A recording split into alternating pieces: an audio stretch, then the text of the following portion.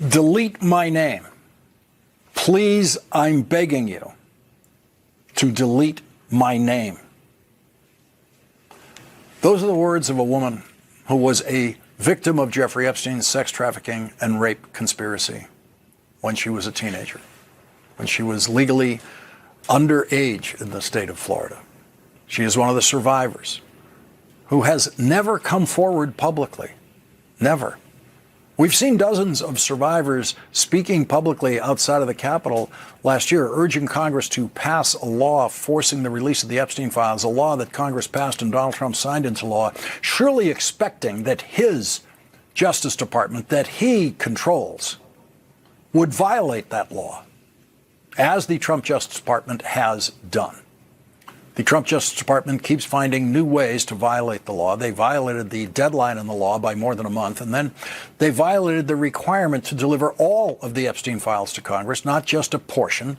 And they violated the law requiring them to redact the names of the survivors of Jeffrey Epstein and the survivors of Jeffrey Epstein's co-conspirators, including the convicted co-conspirator Ghislaine Maxwell.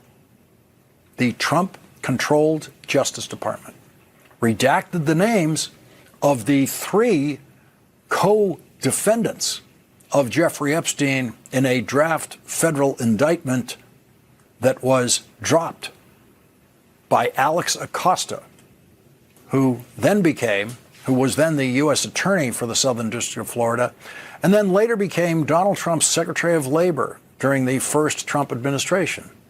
The indictment that Republican U.S. Attorney Alex Acosta decided not to pursue is 56 pages long and describes the sex trafficking crimes of Jeffrey Epstein beginning in 2002. That indictment was part of the Epstein files release that we got over the weekend, last Friday. The first page of that indictment has 3 redactions. And those 3 redactions, right here, on the first page of this indictment, let me get it into the camera here. Those 3 redactions are the 3 names of Jeffrey Epstein's co-conspirators in this draft indictment, who the indictment says were employed by Jeffrey Epstein, quote, to perform, among other things, services as personal assistants. So the indictment describes those co-defendants literally leading children upstairs in Jeffrey Epstein's home for their first encounter with Jeffrey Epstein. Quote, in or around May 2004, defendant redacted led Jane Doe number 6 from the kitchen at 356 El Brillo Way upstairs to the master bedroom area at 358 El Brillo Way. In or around May 2004, defendant Jeffrey Epstein redacted Jane Doe 6, who was then a 16-year-old girl. Jeffrey Epstein's co-conspirator and co-defendants in this indictment, the one who led that girl upstairs to Jeffrey Epstein, is one of the people whose identity Donald Trump's Justice Department doesn't want you to know and was very, very careful to protect. But that same Trump Justice Department did not protect many of those girls who were led upstairs by Jeffrey Epstein's criminal co-conspirators, including Ghislaine Maxwell. Attorney Bradley Edwards represents hundreds of the survivors of Jeffrey Epstein and has told us on this program that only a very small number of the total number of survivors have ever come forward publicly. Bradley Edwards is now asking federal judges to intervene and force the Trump Justice Department to, as one of his clients pleads, delete my name. In a filing to the federal judges, Bradley Edwards revealed some of the violations of the Epstein Transparency Act that the Trump Justice Department has committed.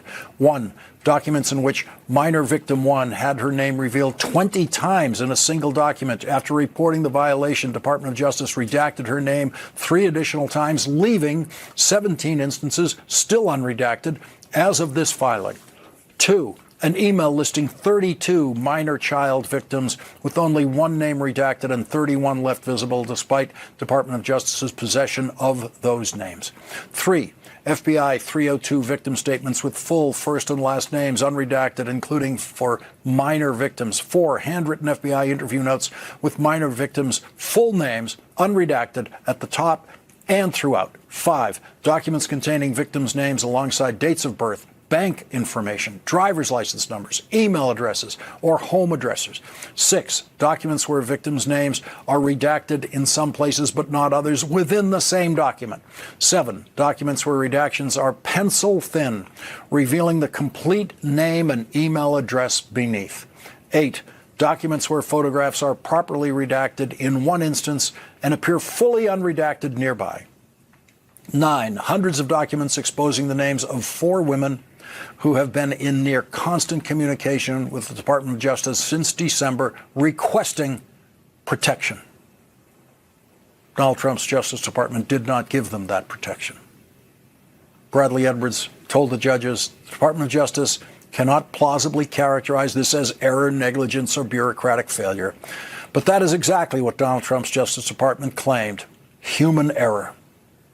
Today, the Trump Justice Department said in a letter to the judges, quote, the department now has taken down several thousands of documents and media that may have inadvertently included victim identifying information due to various factors, including technical or human error. This is the same Trump Justice Department that for the first time in history raided a county office to seize voting records last week. Not copies of voting records, the actual voting records. How many human errors do they plan to make with those voting records? This is the same Trump Justice Department that now claims it is going to conduct an investigation of what video shows clearly to be the murder of registered nurse Alex Preddy in Minneapolis by federal Border Patrol agents sent there by Donald Trump. How many human errors does Donald Trump's Justice Department plan to make in that investigation that they first said was completely unnecessary? Republican Senator Rand Paul, who is chairman of the committee with jurisdiction over the Homeland Security Department, said he doesn't trust the FBI to investigate the murder of Alex Preddy. Could the FBI have a credible investigation? That's a question. I don't know. I don't know the answer to that. Maybe not, is what you're saying. Well, there were some pretty immediate conclusions on whether or not you're allowed to carry a gun at a rally, which were incorrect and not really reflective of the Second Amendment or the law. So I don't know who should do this. I think really if it were an independent group outside of the federal government would be better, actually. Attorney Bradley Edwards' pleading to the judges included direct statements from some of his clients whose identities have been revealed. One of the Epstein survivors in Bradley Edwards' filing, identified as Jane Doe number 5, wrote this to the judges. I have never come forward. I am now being harassed by the media and others. This is devastating to my life. Please pull my name down immediately, as every minute that these document with my names are up, it causes more harm to me. Please, I'm begging you to delete my name. I can only imagine the devastation your errors are causing to so many other victims of Jeffrey Epstein. Wasn't the only job to redact victims' names? Hasn't every person with authority promised repeatedly that victims have nothing to worry about because our names will be redacted? Hasn't the entire delay of producing documents been allegedly because you have been redacting names? Judge Richard Berman of the Southern District of New York has scheduled a hearing on the issues raised by Bradley Edwards for Wednesday at 11:30 a.m. It's not just names.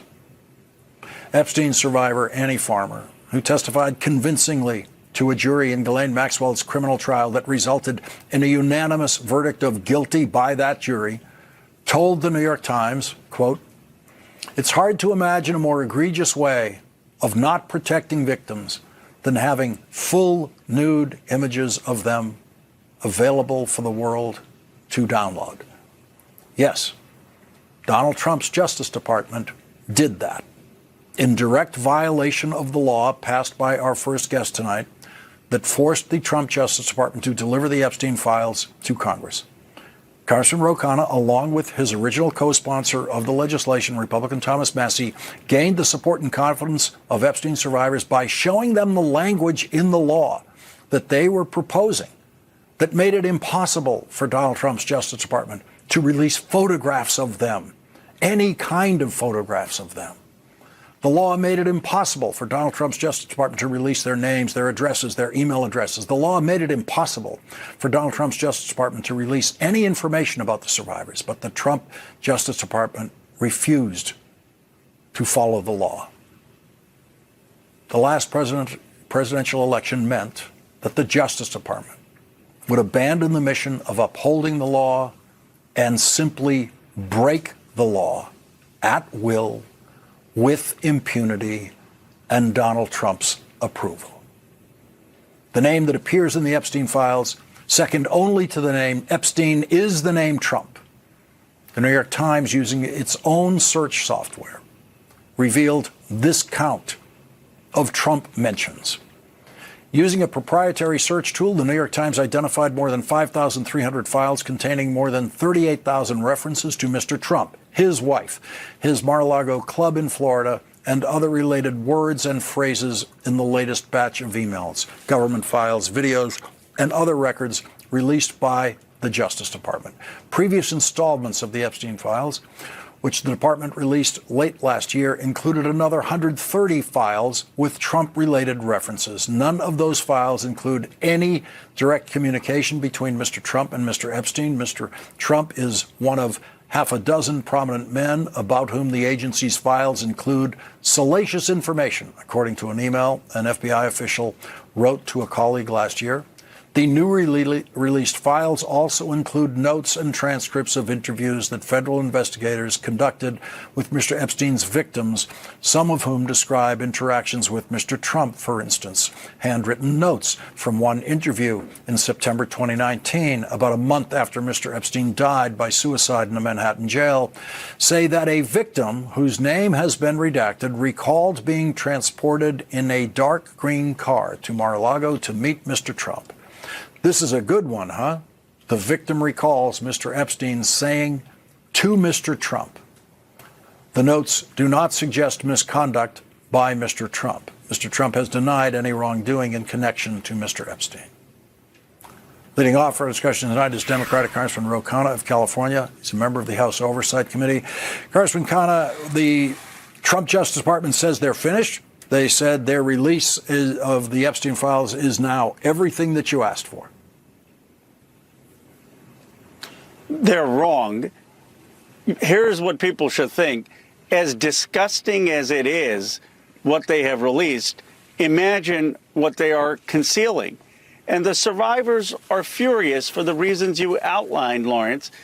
Bradley Edwards, the survivor's lawyer, is furious. They took more care to protect the rich and powerful men who raped or abused these underage girls than they did for the actual victims of the crimes. And this is why people think there are two tiers of justice under Donald Trump. So what are the remedies at this point to try to obtain more of the Epstein files that are currently being withheld? Three things. First, Thomas Massie and I have requested a meeting with Deputy Attorney General Blanche. Now, he has been so callous and flippant, going on TV saying this is just about men partying with Epstein, leaving out that people went to the island to rape underage girls. But he has said that he's open to meeting us, and he has said he's open to meeting Raskin. So we plan to look for the unredacted documents and see what else needs to be released. Second, the survivors can bring lawsuits with Judge Berman and Judge Engelmeyer. I expect that they will. And third, Massie and I retain the ability to file lawsuits in the Southern District of New York. But we are going to push for the rest of the files to be released while protecting the survivors. We discovered in the Epstein files that Donald Trump's completely incompetent Commerce Secretary Howard Lutnick is also as much of a liar about this as Donald Trump.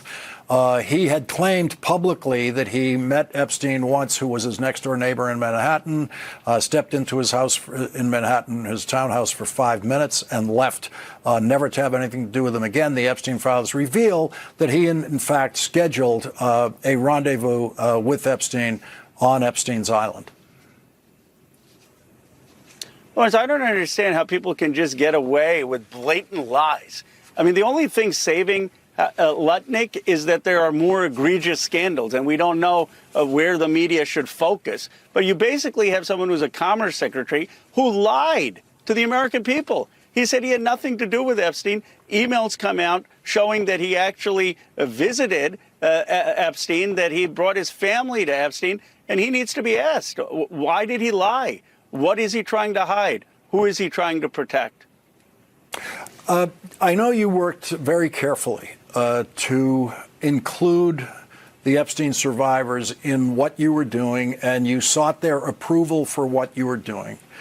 How does it feel to you tonight that what you promised them in the release of the Epstein files did not happen for all of them, that some of them, in fact, were exposed in these files?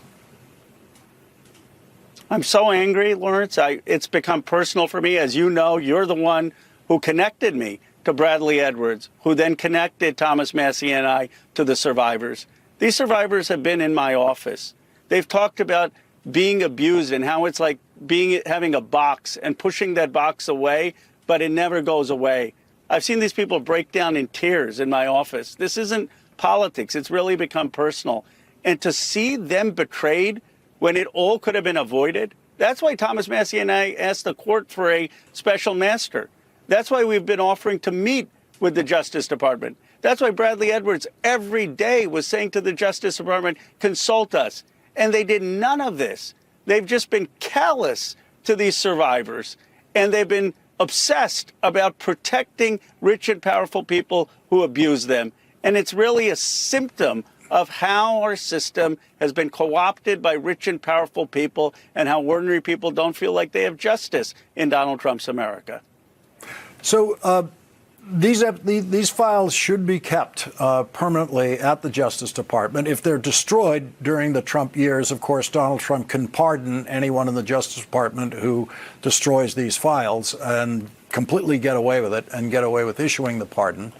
But if they're not criminally destroyed in the Trump Justice Department, the next Justice Department, controlled by a Democratic appointed Attorney General, could release everything else that is in the Epstein files. They could release it, and they must release it. And they must investigate what happened. When you have all these people who have gone to Epstein's Island, someone should ask them under oath, who did you see being abused there? Who did you see raping people there? Who did you see being paraded naked at parties? There needs to be not only the release, there needs to be an investigation about what happened. None of that has happened for decades. And it is the obligation of the next president to do that, to make the survivors whole, but also to show that the justice system actually works in this country. Congressman Ro Khanna, thank you very much for starting off our discussions tonight. Thank you, Lawrence. Thank you. And coming up, Republican Senator Rand Paul doesn't trust the FBI to investigate the killing of Alex Preddy, and a Democratic senator is demanding an investigation of Donald Trump's so-called border czar, Tom Homan, for accepting $50,000 in cash from FBI undercover agents. That and more is next with Senator Sheldon Whitehouse. Today, the Minnesota Star-Tribune reports the Hennepin County Medical Examiner has classified Alex Preddy's death as a homicide. That is not news. A homicide is simply a death caused by another person, as we have reported on this program. Not all homicides are crimes. The Star-Tribune also reports, though, that the autopsy report, which has not yet been released, reveals that Alex Preddy suffered, quote, multiple gunshot wounds. Most of those multiple gunshot wounds were fired at Alex Preddy, and they were fired while all of the federal agents were walking backwards in the video away from the body of Alex Preddy, who was lying face down on the pavement, not moving, for most of the shots that were fired at him. Most of the federal agents present saw absolutely no threat from Alex Preddy whatsoever at any time, which is why most of the federal agents did not fire their guns. Only 2 of the agents made the decision to shoot and continue shooting at Alex Preddy. And the Republican senator, who's chairman of the committee with jurisdiction over those agents, said this. I saw no evidence. I saw a man that was retreating. I mean, he went to the middle of the street. He didn't even obstruct traffic. He let a car go through. As the agents advanced on him, he retreated to the side of the street. A woman is violently pushed to the ground, and he turns to help her, and that's when he is grabbed from behind. I saw no evidence of him assaulting the police. I think we have to get through our hearing February 12th, and I think we have to see what the people who work for her say. But my advice to them, if they're watching and they come to testify, is if you come in and you're going to justify that this man was aggressively assaulting your police officers, that cannot be acceptable, and that's why they're lacking in trust. The man who says he is now in charge of drawing down Donald Trump's invasion of Minneapolis was recorded by FBI undercover agents on video receiving $50,000 in a cash payoff during the last Trump presidential campaign. Democratic Senator Jackie Rosen of Nevada is now demanding that the Trump Justice Department Inspector General investigate the $50,000 undercover payoff to Donald Trump's so-called border czar, Tom Homan, who says he did nothing wrong. In a letter to the Deputy Inspector General of the Trump Justice Department, Senator Rosen says, I request that you conduct a robust investigation into Mr. Homan's acceptance of the $50,000 cash payment from undercover FBI agents and DOJ's handling of the case. Furthermore, given that it is unclear what happened to the $50,000 provided to Mr. Homan in the sting operation, it is critical for your office to determine how Mr. Homan later used this money, particularly if the payment was funded by taxpayer dollars. And today, in an indirect admission of mission failure in Minneapolis, Donald Trump's Homeland Security Secretary Kristi Noem issued a statement saying, effective immediately, we are deploying body cameras to every officer in the field in Minneapolis. Joining us now is Democratic Senator Sheldon Whitehouse of Rhode Island. He's a member of the Senate Judiciary Committee, also a member of the Senate Finance Committee and the Budget Committee. He's the top Democrat on the Senate Environment and Public Works Committee. Senator, the $50,000 question about Tom Homan has never been fully explored, and Tom Homan certainly has not fully responded to it. No, I asked Attorney General Bondi about that in her hearing in the Judiciary Committee, and I didn't get an answer. We followed up with questions for the record. I went to Chairman Grassley to ask him to tell Attorney General Bondi that she should answer the question for the record truthfully, the way we expect all witnesses to answer. And then we followed up with a Freedom of Information Act request because we haven't had very good luck getting answers, let alone truthful ones, out of the Trump Department of Justice. So the step now to ask the Inspector General to examine this, I think, is merited. And it's kind of stunning that they aren't able to answer this question, and particularly when you have the Republican chairman of the Homeland Services Committee that oversees ICE and CBP saying that there's a problem of trust, that they are lacking in trust. What could be more lacking in trust than to send in as the replacement for that little person, Bovino, who behaved so badly that even in the Trump administration, he was too incompetent and dangerous to stay. This guy, this is the guy they chose to send in. This is the guy who's supposed to be the one who would restore trust. And he can't even tell the truth about what he did with $50,000 in bribe money received from FBI agents.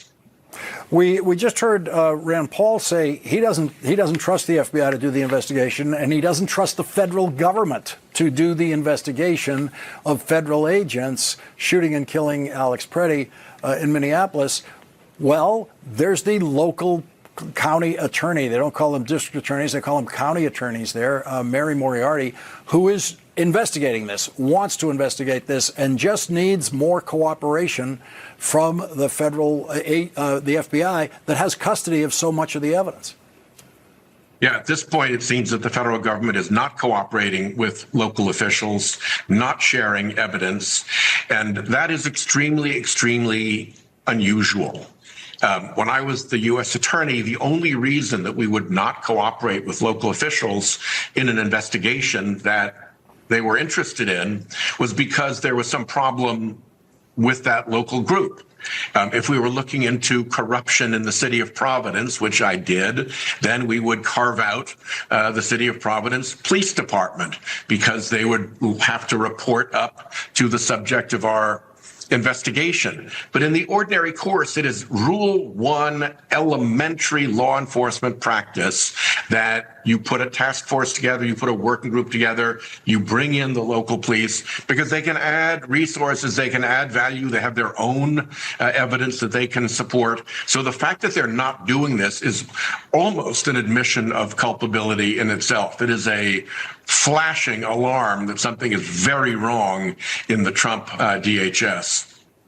And before Donald Trump moved him out of Minneapolis, his commander of the invasion forces, Gregory Bovino, was on a phone call in which he voiced his own anti-Semitic feelings about the U.S. attorney there, who's Orthodox Jew and observes the Sabbath, and that was something that bothered Bovino greatly. This, in the administration, where they're going after institutions like Harvard University, claiming that Harvard is anti-Semitic and needs to be fixed by Donald Trump, who has probably employed more anti-Semites in the federal government than any other president. Yeah, it makes it seem that that is pretty pretextual. And you see anti-Semitism sort of riddled throughout this administration, but nothing more visually telling than little Mr. Bovino, who looked like sort of a miniature version of an extra in a World War II Nazi movie.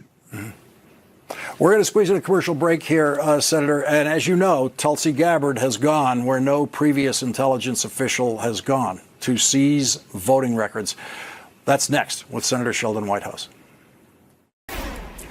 Tonight, Donald Trump's fully incompetent Director of National Intelligence, Tulsi Gabbard, responded to questions from Intelligence Committee Democrats about her participation in the FBI raid seizing voting records in Fulton County, Georgia. Tulsi Gabbard said, "My presence was requested by the president and executed under broad statutory authority to coordinate, integrate, and analyze intelligence related to election security, including counterintelligence, foreign and other malign influence, and cybersecurity. The FBI's intelligence, counterintelligence divisions are one of the 18 elements that I oversee." And the Wall Street Journal is reporting a U.S. intelligence official has alleged wrongdoing by Director of National Intelligence Tulsi Gabbard in a whistleblower complaint that is so highly classified, it has sparked months of wrangling over how to share it with Congress, according to U.S. officials and others familiar with the matter.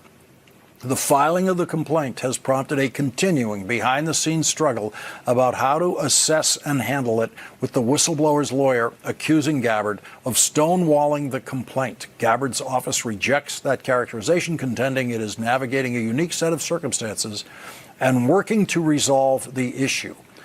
Back with us, Senator Sheldon Whitehouse.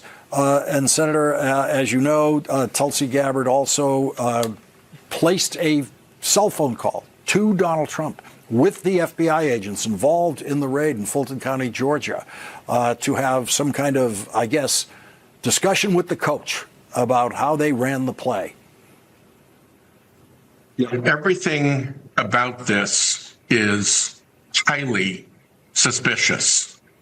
First of all, the search warrant that they were executing in Fulton County, Georgia, came out of a U.S. attorney's office and a magistrate judge in Missouri. And the local FBI office in Georgia was not involved. Now, I was a U.S. attorney, and sometimes your case in your district requires you to get evidence from another district. And what you do then is you have the local U.S. attorney get a warrant in the local area. So that would make sense, Georgia and Georgia. And then you would have the FBI agent be the affiant on the affidavit, and that would be from your home state, because you don't want to have to walk another FBI agent through the whole case. So you're in your state. The investigation is in your state. The FBI agent in your state provides the affidavit, and then in the state where you're going to get the warrant, an AUSA from that state gets the warrant. Very standard practice. Here, none of that happened. And worse than that, the special agent in charge in that district in Georgia seems to have been fired. They said he was resigned. We don't know yet. But anyway, spontaneously disappeared in the days before the execution of this warrant. He's the person who would have, been looking over this and seeing if that was legitimate behavior. The Missouri U.S. attorney who did this is not even a confirmed U.S. attorney. What he is an election denier with a paper record of election denial from his service in Missouri as an assistant attorney general, which creates a huge record for defendants to go after to allege, vindictive and unfair prosecution, and political pals with Ken Martin, the creepy guy who just got moved out of the Department of Justice and ran the weaponization working group for the Department of Justice. And that takes you back to Tulsi Gabbard, who says she stood up the weaponization working group, which is this bizarre group of Trumpy people across multiple federal agencies who basically conspired together across the agencies without necessarily going up the chain of command to their cabinet officials. They're running their own operation. And the purpose of that operation is to try to run political errands for Donald Trump using the offices of the United States government. And if all that's not enough, of course he has to call in, just like that Raffensperger call. You'd think he'd have the good sense to know, wait a minute, if this is election mischief and it's Georgia, maybe I shouldn't be making stupid phone calls. But every single piece of this is bad Department of Justice practice because it opens up avenues of inquiry for defendants. So the final question here is, will there ever be a defendant to ask questions about this? Or was the purpose of the seizure of those documents just to get them in the hands of Trump's election monkey wrenchers to try to rig elections in the future? And there's no plan to bring charges that would allow any of these inquiries to proceed. Senator Sheldon Whitehouse, your guidance on this one, invaluable as usual. Thank you very much for joining us tonight. Thank you. And coming up, a big win for Democrats in Texas. In a district Donald Trump won by 17 points, the Democratic candidate for Texas State Senate in a special election on Saturday, Taylor Emmett, won by 14 points. He'll join us next and tell us how he did it.